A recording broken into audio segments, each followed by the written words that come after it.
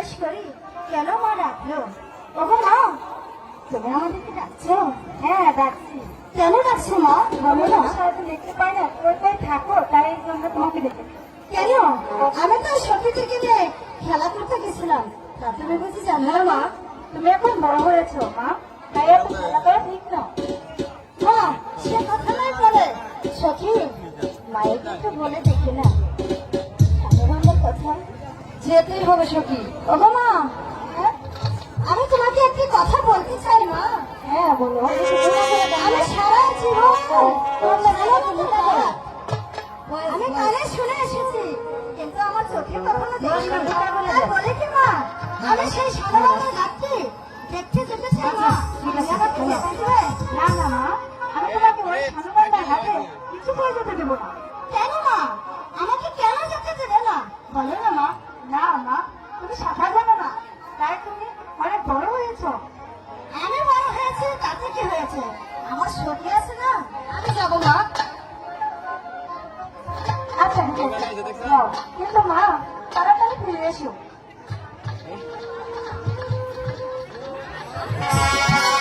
আমি বিদায় নিতে পারবো না। দিবে না? না দিবে না। না না না না।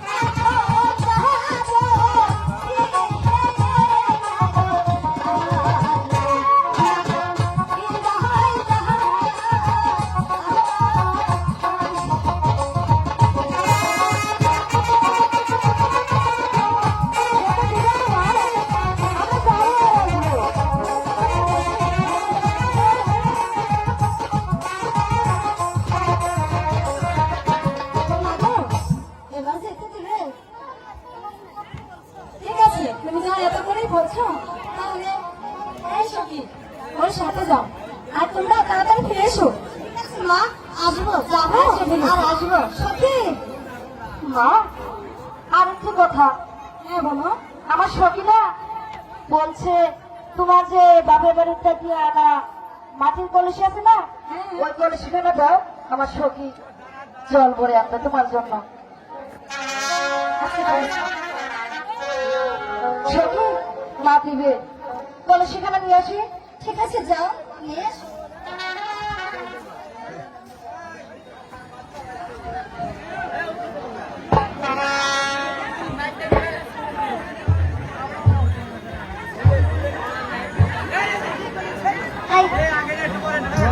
হলো তোমার কলসি।